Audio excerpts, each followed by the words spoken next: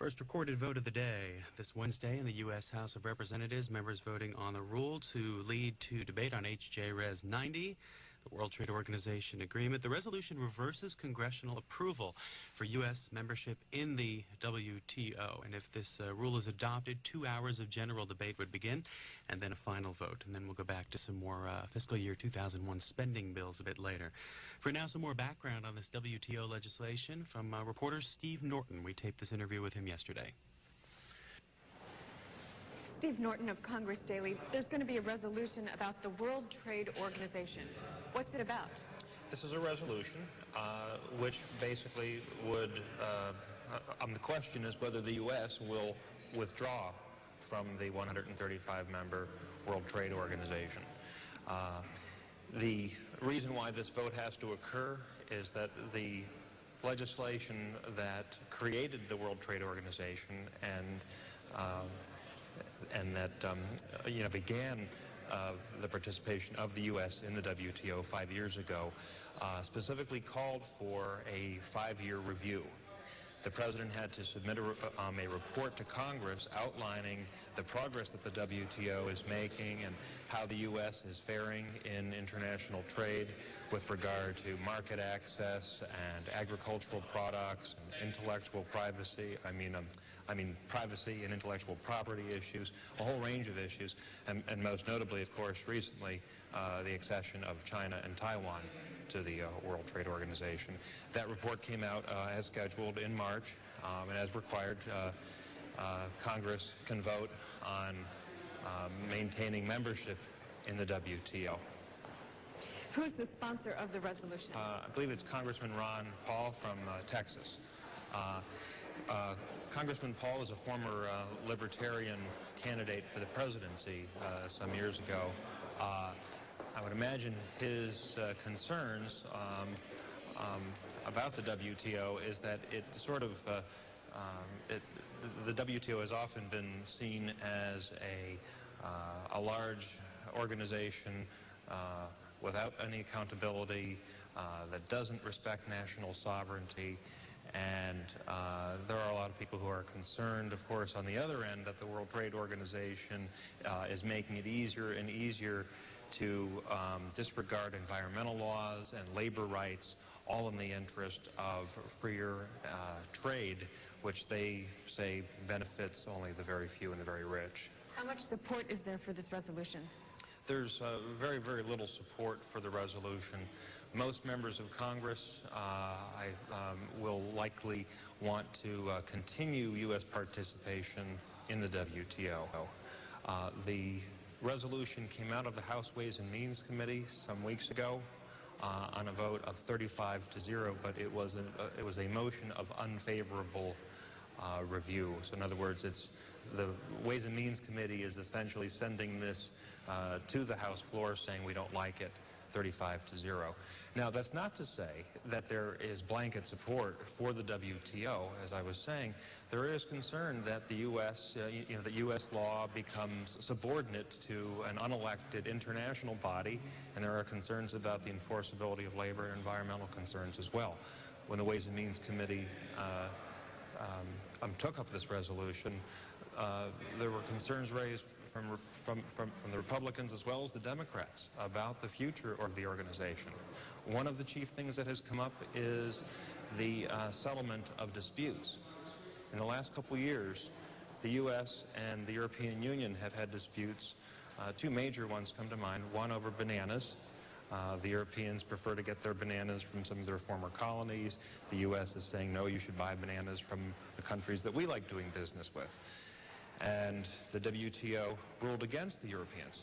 Well, the Europeans have pretty much come up with one excuse after another and essentially ignored the ruling of the WTO. There was another situation involving the import of American beef. Now, the thing is, though, the U.S. Trade Representative, Charlene Barshevsky, testified Tuesday before the Senate Finance Committee that there have been a lot of disputes. And in 28 disputes that the U.S. has been involved with in the last year or so, they've won, the U.S. has won 25 of them.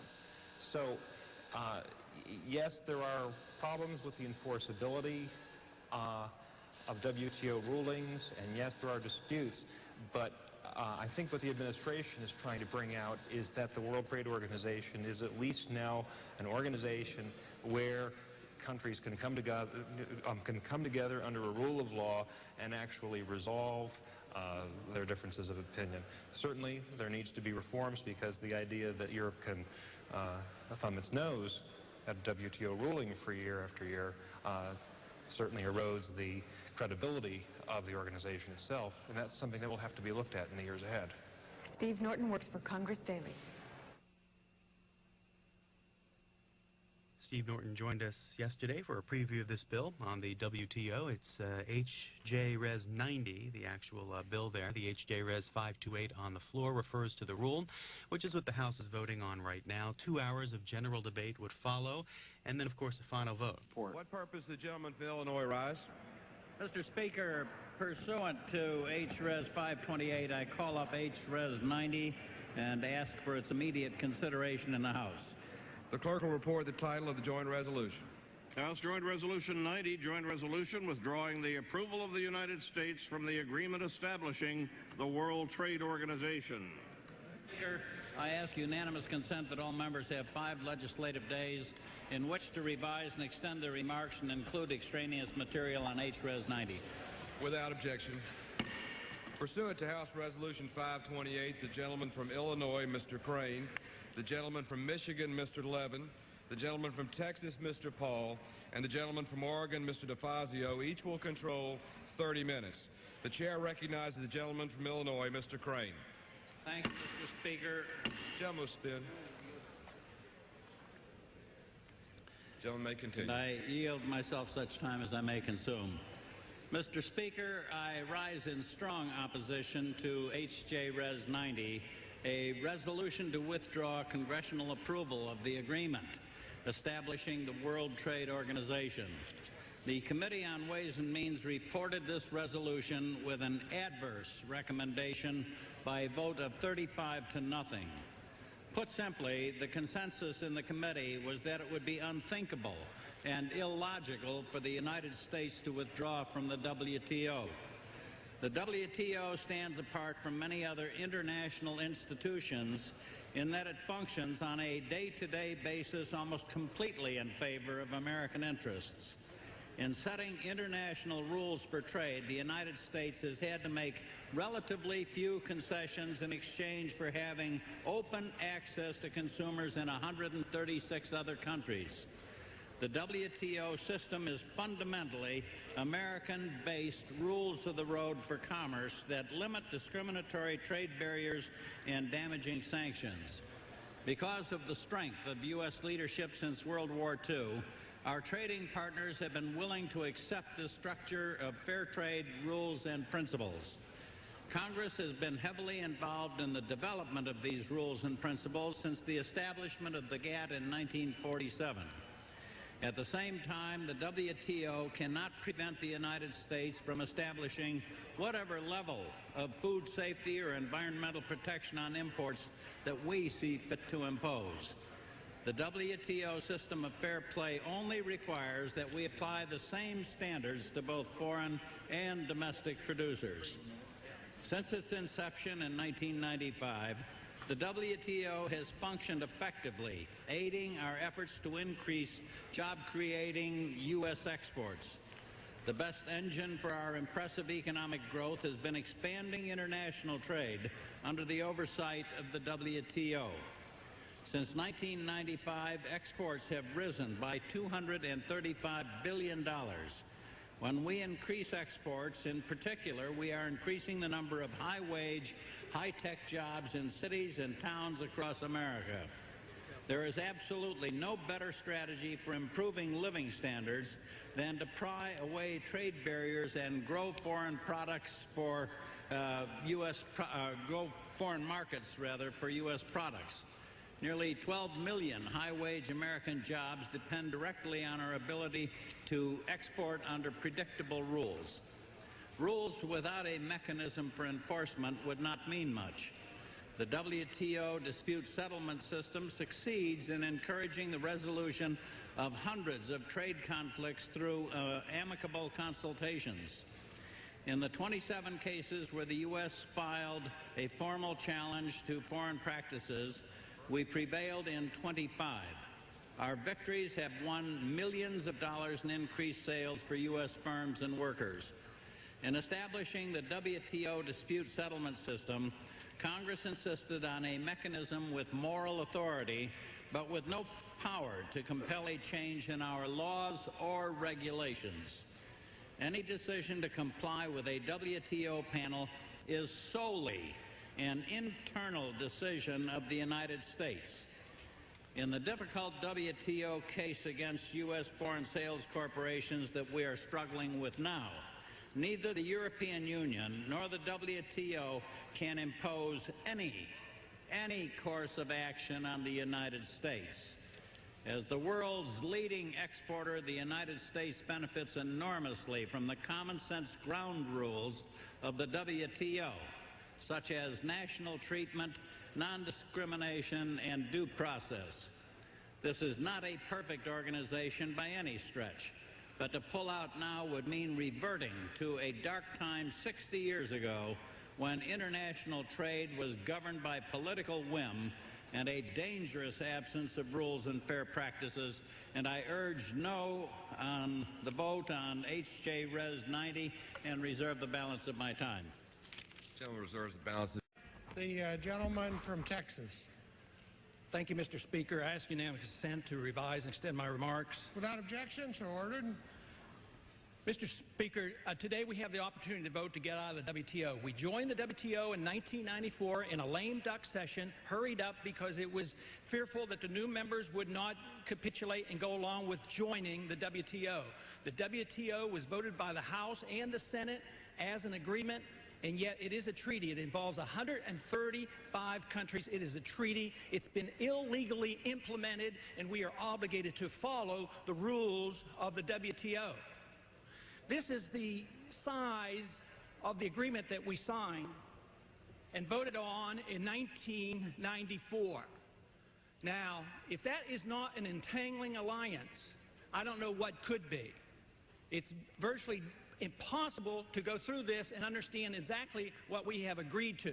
But this is it, and this is what we're voting on today. If you vote against the resolution, you're rubber stamping this. That's what you're doing. Some argue that, yes, indeed, the WTO is not quite perfect, but we need it. We need the WTO to manage this trade. But at the same time, they have no options. You can't change the WTO. This is your only opportunity to vote and dissent on what's happening. The people of this country are being galvanized in opposition to this. They never opposed GATT.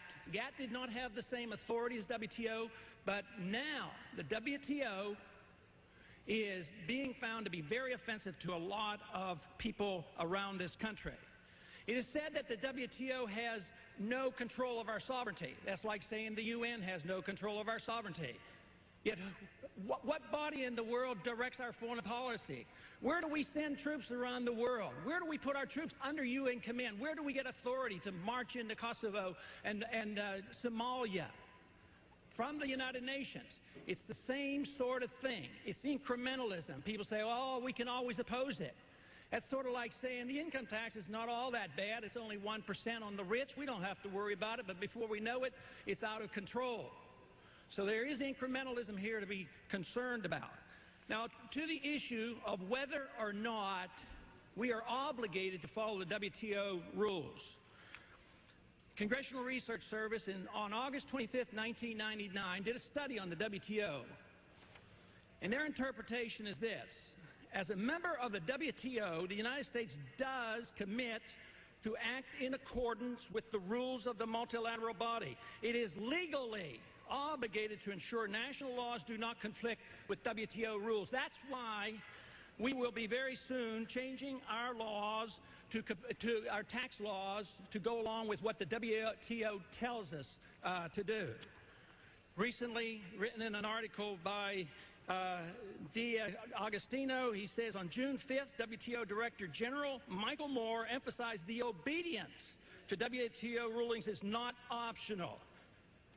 Quote, the dispute settlement mechanism is unique in the international architecture. WTO member governments bind themselves to the outcome from panels and, if necessary, the appellate body.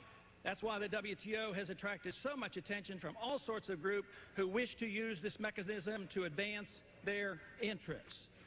Indeed, this is a treaty that we're obligated to follow. It's an illegal treaty because it was never ratified by the Senate. Even if it had been, it's not legal because you can't deliver authority to an outside body. It is the U.S. Congress that has the authority to regulate foreign commerce, nobody else. We will change our tax law, and just recently, the European Union have complained to us because we do not tax sales on the internet, and they're going to the WTO to demand that we change that law, and if they win, we'll have to change our law. And the other side of the argument will be, we don't have to do it. We don't have to do it if we don't want to, but then we're not a good member, and we promise to. And what do? They punish us with trade barriers, with tariffs. It's a managed trade war is what's happening with the WTO, done under secrecy, without us having any say about it because it's out of our hands. It's a political event now. You have to have access to the U.S. trade representative for your case to be heard. This allows the big money, the big corporations to be heard, and the little guy gets set aside. And I reserve the balance of my time. The gentleman reserves his time. The gentleman from Illinois. Mr. Speaker, my distinguished colleague, Mr. Paul, quoted from a Congressional Research Service report, and he indicated that U.S. sovereignty was imperiled through membership in WTO. Quote, as a member of the WTO, the United States does commit to act in accordance with the rules of the multilateral body. It is legally obligated to ensure national laws do not conflict with WTO rules, close quote. Not quoted, however, in this quote from Congressional Reference Service, Research Service, is the remainder of what was contained in that, which states, quote, however, the WTO cannot force members to adhere to their obligations. The United States and any other WTO member may act in its own national interest in spite of the WTO rules. The WTO even recognizes certain allowable exceptions, such as national security. And that is a direct quote from the Congressional Research Service, World Trade Organization, Background on Issues, August 25, 1999. Membership in the WTO is not a surrender of U.S. sovereignty, but it's wise exercise. The gentleman from Texas. Thank you, Mr. Speaker. Could you advise me as to how much time I have remaining? The gentleman from Texas has 25 minutes remaining. Thank you. I yield myself 15 seconds. It is said that the WTO does not have to, or we don't have to listen to the WTO, but they threaten us with sanctions. They do not give us incentives. It is a threat, and we capitulate. I yield 3 minutes to the gentlelady from Idaho. Is recognized for 3 minutes.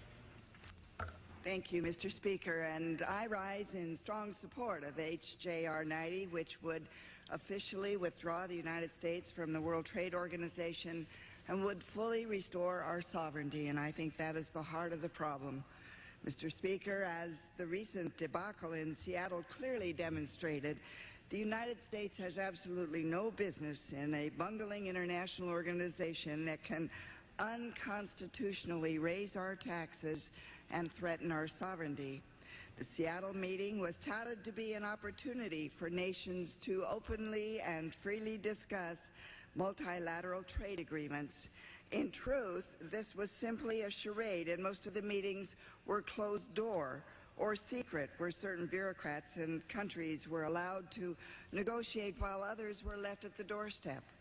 For instance, some of our own members of Congress, who are constitutionally responsible for the U.S. citizens they represent, were denied access to these meetings. And all this happening while protesters were being gassed and shot with rubber bullets by law enforcement. What a circus, Mr. Speaker. This is not the way that we should conduct trade. This is certainly not the way our founding fathers envisioned how we should conduct trade. When the founding fathers of our country drafted the Constitution, they placed the treaty-making authority with the President and the Senate, but the authority to regulate commerce was placed with the House and the Senate. As governmental units cannot treaty away authorities they don't have, for example, those reserved only to the states, our Constitution left us with a system that made no room for agreements regarding international trade that does not involve treaties or specific actions by Congress. Moreover, Mr. Speaker, the Constitution certainly does not give the authority to international entities to tax the American people. Yet, this is exactly what the WTO has done. The WTO recently ruled that $2.2 billion of United States tax reductions for American businesses violates WTO rules and must be eliminated by October 1st of this year. Now, Mr. Speaker, the Constitution requires that all appropriation bills originate in the House and specify that only Congress have the power to lay and collect taxes. Taxation without representation was a predominant reason for America's fight for independence during the American Revolution. Yet now we face an unconstitutional delegation of taxing authority to an unelected international body of international bureaucrats. So, Mr. Speaker, the bottom line is that we do not need the WTO to maintain free and fair trade. Trade negotiations occurred with success millennia before the existence of the WTO. So let us return to a system of negotiating trade that is constitutionally founded. Thank you, Mr. Speaker. The gentleman from Oregon. Yield 2 minutes to the gentleman from California, Mr. Miller. The gentleman from California is recognized for 2 minutes. Without objection, gentleman may proceed. I thank the gentleman very much for yielding.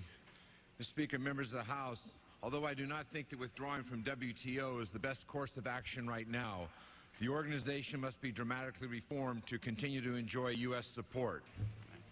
The gentleman from Texas. Thank you, Mr. Speaker. Let me yield myself 30 seconds. Let me remind those who would like to reform the WTO that you're helpless. Congress can't do that. You need a unanimous vote from the WTO members, so that's not going to happen. Even the committee describes what we're talking about as a system of fair trade administered by the WTO. Fair trade, fine, we're all for fair trade, but who decides? The WTO. That's not fair to the American citizens. I now would like to yield 3 minutes to the gentleman from Michigan, Mr. Stupak. The gentleman from Michigan is recognized for 3 minutes. Thank you, and I thank the gentleman for yielding. I rise in support of the Paul Amendment, and some will see that as unnecessary.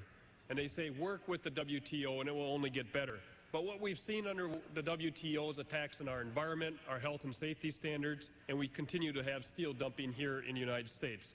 I'm concerned about our American sovereignty. Our democratic form of government is threatened by trade agreements like NAFTA, permanent normal trade relations with China, and WTO that allows claims to be made against America's markets. It allows claims to be made against our natural resources without regard to laws to protect the health, safety, welfare, and environment of our great nation, like our freshwater resources. I have raised the freshwater resources and the sale and diversion of Great Lakes water and our natural resources when we debated NAFTA, when we debated WTO, and when we talked about trade with China. But the fact remains, once these trade agreements are passed, WTO kicks in and the U.S. sovereignty is kicked out.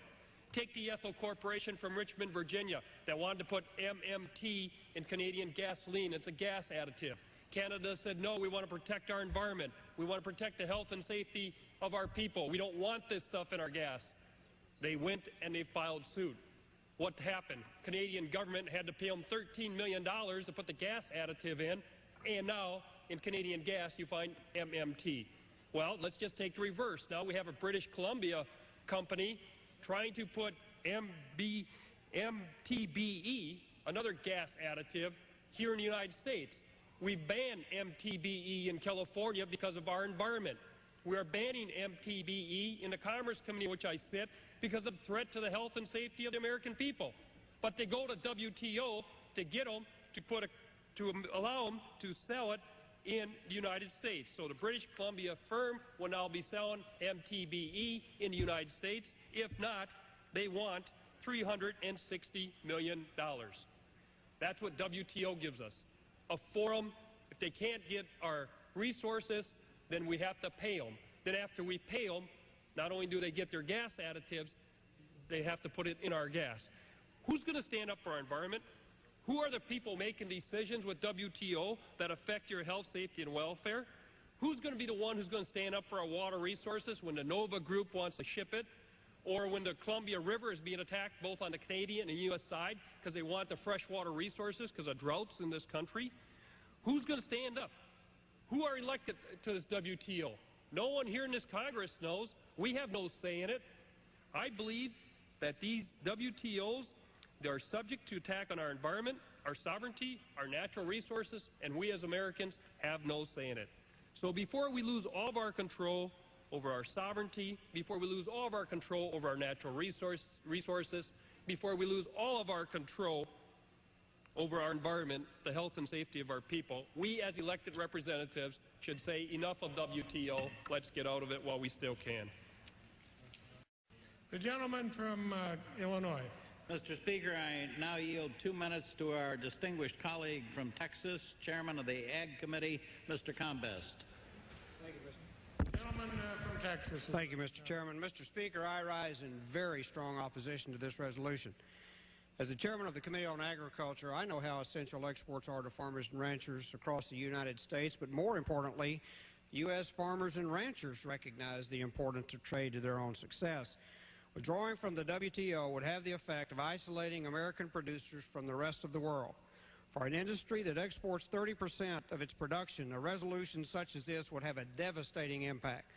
If the House supports this resolution, the effect will be that the United States will be applying economic sanctions to the world, and we know who feels the effect of economic sanctions first. It's the American farmer and rancher. There are three things that can happen when agricultural sanctions go into effect, and they're all bad. Exports go down, prices go down, and farmers and ranchers lose their share of the world market. 1980 grain embargo to the Soviet Union is one of the examples of the effects of sanctions on U.S. agriculture. Our wheat sales were lost, while France, Canada, Australia, and Argentina stepped in and sold wheat to the former Soviet Union. H.J. Res 90 can have the same or more devastating impact on American agriculture. U.S. farmers and ranchers provide much more than is consumed in the United States, and therefore exports are vital to the prosperity of the American farmer and rancher. The WTO is not a perfect organization, and congressional oversight is essential and needed. Nevertheless, it is superior to previous organizations, and American agriculture recognizes this. Negotiations to further improve access to markets around the world and eliminate export subsidies are now going on. Since the end of World War II, 8 rounds of negotiations have reduced the average bound tariff on industrial goods from 40% to 4%. Meanwhile, bound agricultural tariffs remain at an average of about 50%. If agriculture is to ever catch up, it is essential to keep the U.S. a part of the negotiating process to convince our trading partners to talk about further reforms in agriculture. U.S. membership in the WTO is necessary to continue this progress. I urge my colleagues to reject H.J. Res 90 for the future of American agriculture. I yield back, Mr. Speaker. The gentleman from Texas. Thank you, Mr. Speaker. I yield myself 30 seconds. I would like to respond to the gentleman from Texas. This is not an issue of trade. This is an issue of who gets to manage and decide whether it's fair trade or not. It's the issue of power, whether it's by the international bureaucrats or by the U.S. Congress. The one thing under this arrangement, the little farmer has very little say. He can't get into the WTO and make a complaint. The great meat packers of the country may well. I would like to now yield my 4 minutes to the gentleman from Washington, Mr. Metcalf. The gentleman from Washington is recognized for 4 minutes. Thank you. The U.S. membership in WTO violates our Constitution. Article 1, Section 8, Clause 3 of the Constitution delegates to Congress the sole authority to, and I quote, regulate commerce with foreign nations. Our membership in WTO transfers authority to regulate trade to a foreign body. It removes it from our elected representatives, this Congress. This Congress does not have the authority to set aside such constitutional requirements. In its 1998 decision regarding the line item veto, the Supreme Court ruled that Congress cannot divest itself of duties delegated to it by the Constitution unless the Constitution is amended. The U.S. Constitution has not been amended to allow the international organizations like the WTO to regulate American trade policies. Therefore, Congress cannot divest itself of the duty to regulate commerce with foreign nations. I believe the WTO is an entirely non-legitimate international organization. Many of its member states do not represent the people of their country. They represent the single will of the sovereign of their country. The American Congress gets its legitimacy from the people of the United States. It cannot grant legitimacy to an international body over and above that of our own citizenry. To suggest by our membership that the WTO is legitimate, we must ignore our people, our citizenry, and our Constitution. However, it seems that sovereignty or legitimacy are no longer issues that many in this Congress want to address. It seems as though the rule of law is no longer an issue that many in this Congress want to address. It seems as though strictly adhering to the provisions of our Constitution is no longer an issue that many in this Congress want to address. Instead, economic power and the accumulation of wealth seem to occupy increasing amounts of attention these days. America's legitimacy rests solely in its citizens' good offices as the sole sovereigns of this country. If this Congress does not protect American sovereignty, then who will? If this Congress does not reaffirm the rule of law, then who will? Well, it's we in this Congress must reassert the constitutional directive that Congress must have the sole authority over America's trade with foreign nations. Vote yes proudly on H.J.R. 90. Remove this nation from the unconstitutional jurisdiction of the WTO. And I yield back the balance of my time. The gentleman yields back the balance of his time. The gentleman from Texas.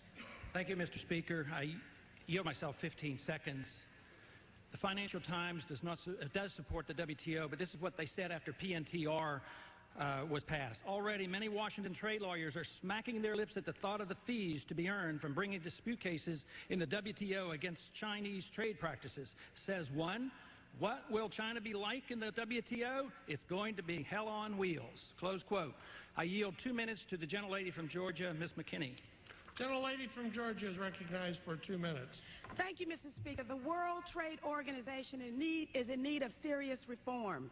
Interestingly, while Western economists are proclaiming that foreign investment and trade have been a blessing for the world's poor, we hear quite a different message coming from the poor themselves.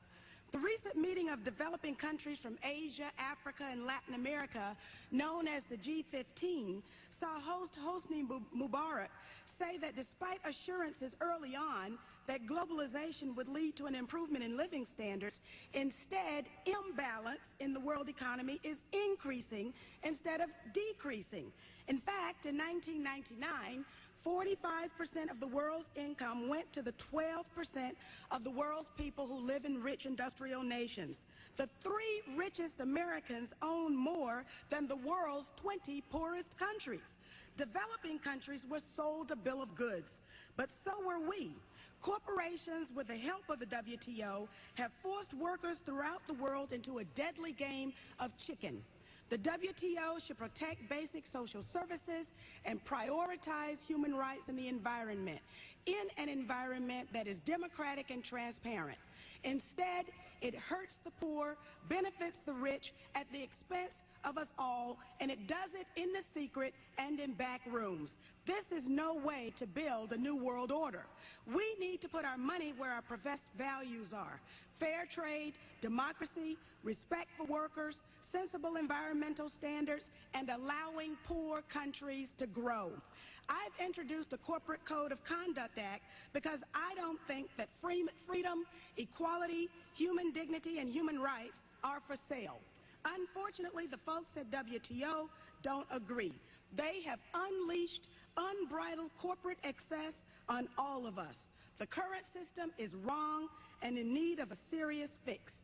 I urge my colleagues to support this resolution. And Mr. Speaker, I rise to speak against the resolution which would undermine U.S. markets abroad for billions of dollars of U.S. agricultural products. The WTO provides member states with a set of rules that open markets to U.S. agricultural, industrial products and services. And at the heart of the WTO rules-based trading system is the WTO dispute resolution system, which keeps trade disputes from escalating into trade wars. From the agricultural point of view, the WTO dispute resolution is working to expand market opportunities around the world.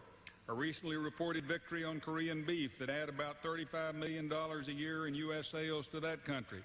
The WTO has sanctioned retaliation of over $300 million against the European Union on beef and bananas. It has expanded varieties of U.S. fruit exports to Japan. It has increased exports of U.S. pork and beef by pressuring Korea to modernize shelf life restrictions. Dispute resolution has improved the European Union grain importation regulations that have benefited U.S. rice exports. It has reduced Hungarian export subsidies. And I can go on with significant victories for United States agricultural product. It ruled, for example, against a Canadian dairy export subsidy scheme before it could be copied in Europe. In conclusion, Mr. Speaker, we need the WTO dispute resolution system to keep opening markets for U.S. agricultural products, and we need the WTO.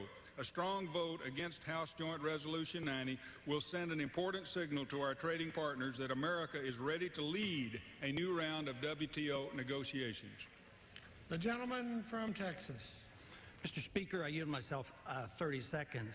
I would like to say to the gentleman from Texas that the giant meat packers may well be represented at the WTO, but the small rancher and the farmer will not be.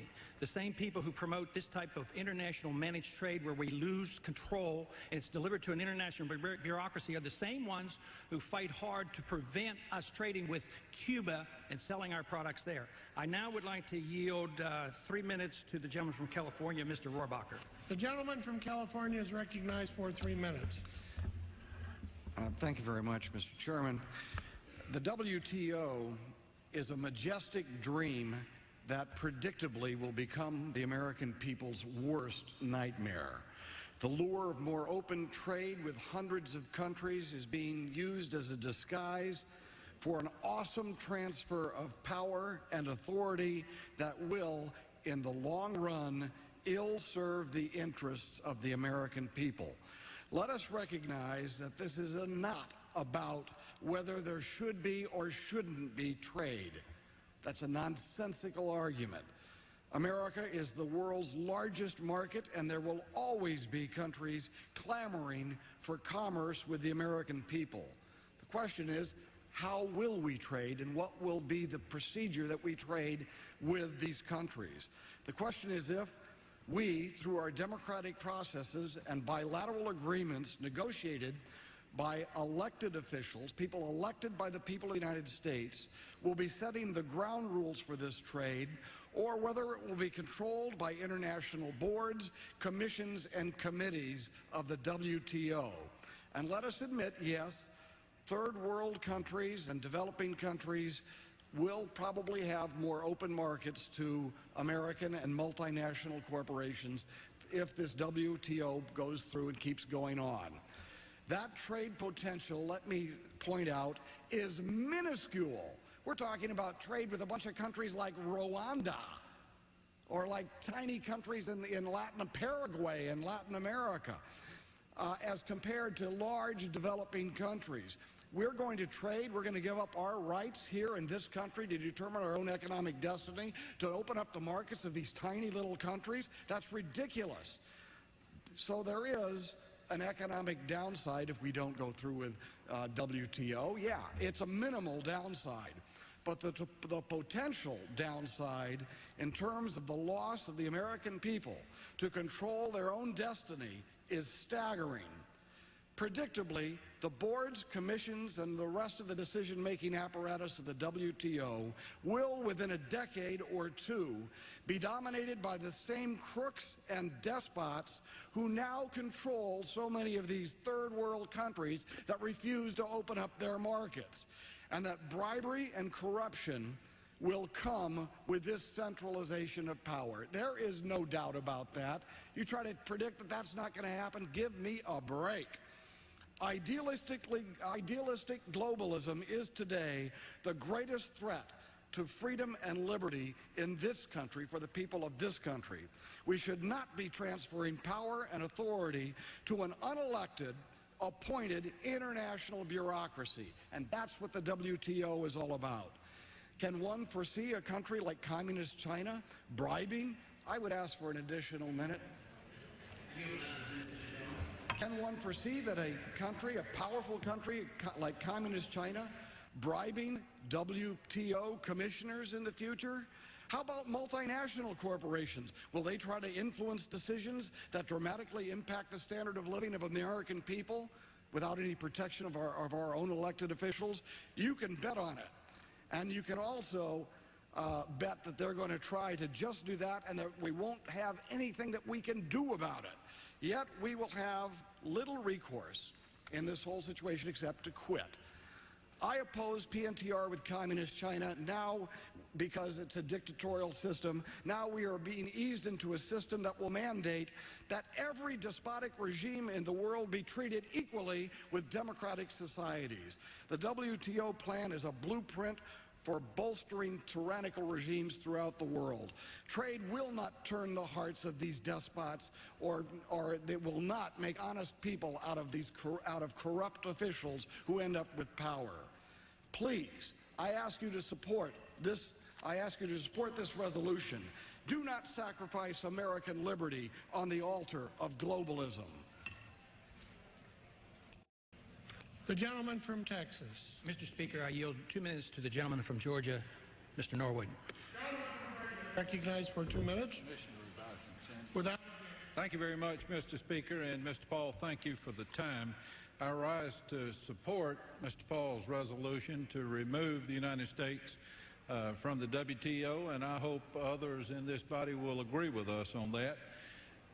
One of my friends and a man I respect greatly, the distinguished chairman of the Agricultural Committee, said a minute ago that if we remove ourselves from the WTO, the farmers and the ranchers will lose their shirts. Well, we are in the WTO, and the farmers and ranchers are losing their shirts. There is no reason for me to expect, under the present rules of the WTO, that that's going to get a bit better for them without reform. And it has been odd to me that so many distinguished members of this body who have stood up and said, well, we have to stay in the WTO, but it certainly does need changing. It certainly does need reform, but we just need to stay in there so we can change it or reform it. Well, I don't understand that. It requires unanimous consent to make any changes inside the WTO today. And if our leaders in the WTO simply want to try to improve our situation for our cotton farmers and they take it to the WTO, I can assure you that China's going to be there to veto that. If our representatives in the WTO want to improve our situation for our wheat farmers, I can assure you that France, a nation that subsidizes this wheat in order that the price be low and be competitive, is going to be sitting in the WTO to absolutely veto that. Now, what I'd like to do is some of these very distinguished members who want to stay in the WTO, but every one of them almost have come up and said, well, we must reform it. Well, I'm going to stay on the floor and listen to the rest of the debate, and I'd be very pleased if some of them would get up and explain to me how we're going to reform the WTO. I don't believe it can be done without a great threat and or removing ourselves from the WTO. We need to work within an organization. I don't disagree with that. We need world trade. I don't disagree with that. But we need to be in an organization where we indeed have a little more say-so about what happens to the trade in America. Gentleman from Florida. Mr. Speaker, I'd like to yield myself 2 minutes. Gentleman's recognized for 2 minutes. Mr. Speaker, the bill before the House of Representatives today simply says that we should withdraw from the World Trade Organization. If you've listened to the debate today, the question really is not whether we should withdraw. The question is, how should we reform the WTO and what types of reforms we should pursue. And the best example that's been cited today widely is the need to have a more open judicial process that more closely mirrors the process that has served us so well in the United States.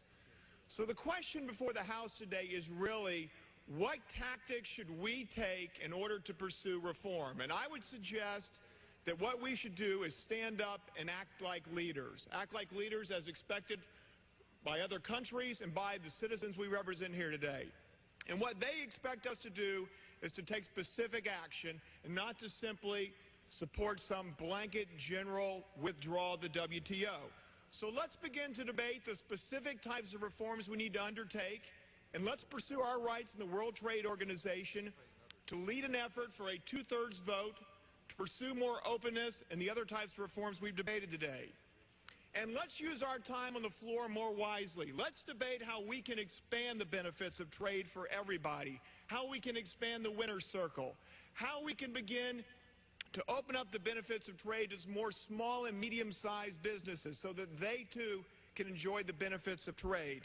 And let's get back to the debate on what we can do to be an important partner with our states and our local governments to fund the types of job training and education programs that American workers need today to succeed and survive in this global economy. There are tax credits available, there are programs that we know that can work, that can create partnerships between employers and employees, so more of the people we represent can succeed in this global economy. That's the debate we ought to be having today. We ought to defeat this resolution, and we ought to get back to work. Thank you, Mr. Speaker. The gentleman's time has expired. Does the gentleman from Texas continue to reserve his time? Mr. Speaker, I yield myself 1 minute. Gentleman is recognized. Let me say to the gentleman that reforms aren't permissible. We can't reform from the Congress. Only they can reform themselves. They work in secret. They have to have a unanimous vote. Our vote is equal to the country of Sudan or whatever. So don't expect it ever to be reformed. The only way we can voice our objection is with this resolution, and it will never be another chance to talk about the WTO for 5 more years. Let me state that the Congress is required to state a constitutional justification for any legislation. The Ways and Means Committee used the Article 1, Section 8 to justify their position on this bill. And let me state their constitutional justification. It says the Congress shall have power to lay and collect taxes, duties, imposts, and excises. It says the Congress. But what we're doing is allowing the WTO to dictate us. Even those in the Ways and Means Committee said they endorse this system of fair trade administered by the WTO. Who's going to decide what is fair? The WTO, and they tell us what to do. And the gentleman's time has expired. Okay. The gentleman from Texas. Thank you, Mr. Speaker. Peace, commerce, and honest friendship with all nations, entangling alliances with none. I deem one of the essential principles of our government, and consequently one of those which ought to shape its administration. Thomas Jefferson. Thomas Jefferson, I am sure, would be aghast at this. This is what is involved. It's out of the hands of the Congress. It's put in the hands to unelected bureaucrats at the WTO. I would venture to guess even the Hamiltonians would be a bit upset with what we do with trade today. I'm pro-trade. I have voted consistently to trade with other nations with lowering tariffs. But I do not support managed trade by international bureaucrats, and I do not support subsidized trade. Huge corporations in this country like the WTO because they have political clout with it. They like this. They like it because they have an edge on their competitors. They can tie their competitors up in court, and they can beat them at it because not everybody has access. You have to be a moneyed interest to have influence at the World Trade Organization. Early today, I predicted that we would win this debate. There is no doubt in my mind that we and the American people have won this debate. We will not win the votes, but we will do well. But we have won the debate because we speak for the truth, and we speak for the Constitution, and we speak for the American people. That is why we have won this debate. It is true there are a lot of complaints about the WTO from those who endorse it. and I think the suggestion from the gentleman from Oregon is a good suggestion. Those who are uncomfortable with the WTO and they do not want to rubber stamp it, if you don't want to rubber stamp this and you don't think it's quite appropriate to vote yes on this resolution, vote present. Send a message.